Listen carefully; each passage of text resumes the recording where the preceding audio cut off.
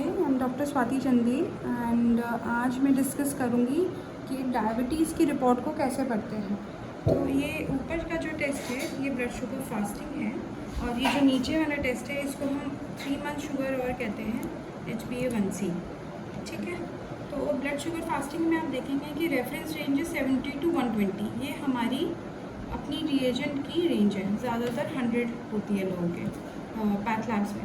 ठीक है, तो हम 120 तक दे रहे हैं, तो हम ऑब्वियसली 70 to 120 के बीच में 91 पड़ रहा है, तो पेशेंट की fasting blood sugar levels are normal, तो patient is not diabetic. Okay, उसके बाद आता है 3 मंथ्स का शुगर की रिपोर्ट।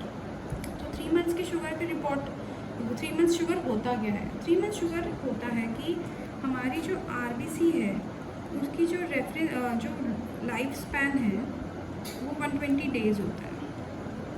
तो हमारा एक रेड ब्लड सेल 120 डेज़ तक इंटैक्ट रहता है और उसके अंदर की जो ग्लूकोज लेवल है उसको हम नापते हैं, तो उसको हम कहते हैं HbA1c, ग्लाइकोसाइलेटेड हीमोग्लोबिन।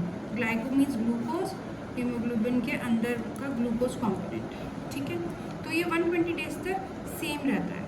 तो हम आज इनका अगर आप इन पेशेंट का देखें तो 4.0 to 6.2 के बीच में आ रहा है, 4.5 और बल्कि लोअर रेंज में ही जा रहा है, तो definitely she is not a diabetic. हाँ, अगर इसी की जगह मान लीजिए वैल्यू होती 122.2 और 6.3%, तो ये पेशेंट बॉर्डर लाइन डायबिटिक हो जाता है या फिर प्री डायबिटीज़ एक कंडीशन होती है वो होती है। तो इसमें फर्दर टेस्टिंग हम कैसे करते हैं? फर्दर टेस्टिंग में हम लोग लिपिड प्रोफाइल, कोलेस्ट्रॉल लेवल्स, उनका बॉडी वेट इंडेक्स, ये सब भी लेते हैं और एक टेस्ट और ऐड कर देते हैं हम उसमें, blood sugar PP means after 2 hours of meals.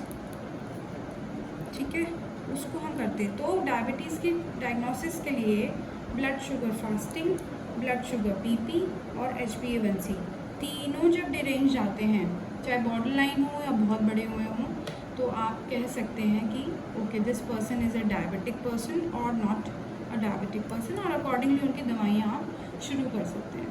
तो आपको अगर लगता है कि आपको डायबिटीज़ है और आपको कन्फ्यूजन है कि डायबिटीज़ है या नहीं है, तो आप लैब में जाएं, जो भी आपके आसपास लैब है, ऑनलाइन या ऑफलाइन जैसे भी आपका मन है। ब्लड शुगर फास्टिंग करवाएं, HbA1c करवाएं और ब्लड शुगर PP करवाएं पोस्ट प्रैंडियल मतलब पोस्ट फूड, तो खाना खाने के 2 घंटे बाद। तो ब्लड शुगर फास्टिंग तो सुबह खाली पेट हो जाएगी, HbA1c का सैंपल भी वो खाली पेट के सैंपल के साथ ले लेंगे, और ब्लड शुगर पोस्ट प्रैंडियल मतलब खाने के बाद, तो आपने ब्लड सैंपल दे दिया, उसके बाद आपने प्रॉपर नाश्ता किया जो एक फुल मील की जिसको हम कहेंगे, और उसके 2 घंटे बाद आपने फिर एक दोबारा सैंपल दिया। इसकी जो वैल्यू होती है वो 140 तक है। 140 के अगर ऊपर ये जाता है तो आपका PP भी डिरेंज है और दवाइयाँ बहुत सेफली शुरू की जा सकती हैं।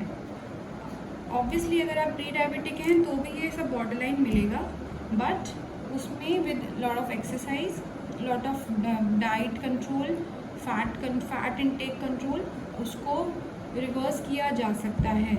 Because pre diabetes is a metabolic syndrome, it is not diabetes पर से। तो आप वहाँ तक अपने आप को रिवर्स कर सकते हैं नॉर्मल लाइफ के लिए, but once you are a diabetic there are chances that now you will be a diabetic for life. And of course there are claims in the market where people say that कि homeopathic या कोई भी दवाई लेके आप diabetes को reverse कर सकते हैं।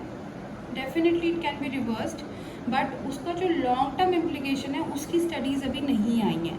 तो जब तक वो स्टडीज़ नहीं प्रॉपर आ जाती तो आपको ये ज़रूर देखना है कि आपने को जो दवाइयाँ ली हैं, चाहे वो एलोपैथिक हो, होम्योपैथिक हो, आयुर्वेदिक हो, उनका लॉन्ग टर्म क्या है, लिवर डैमेज तो नहीं है, इंसुलिन सिक्रीट करने के चक्कर में पैनक्रियाज को ओवर स्टिमुलेशन तो नहीं हो रहा। तो ये सब हमको लॉन्ग टर्म स्टडीज़ ज़रूर देख लेनी चाहिए बिफोर वी कंक्लूड कि हाँ इस डिज़ीज़ से मेरी डायबिटीज़ बिल्कुल रिवर्स हो गई। आप उसके साइड इफ़ेक्ट्स को ज़रूर जानें। So this is all about diabetes and 3 simple blood test. या ओके, बाय।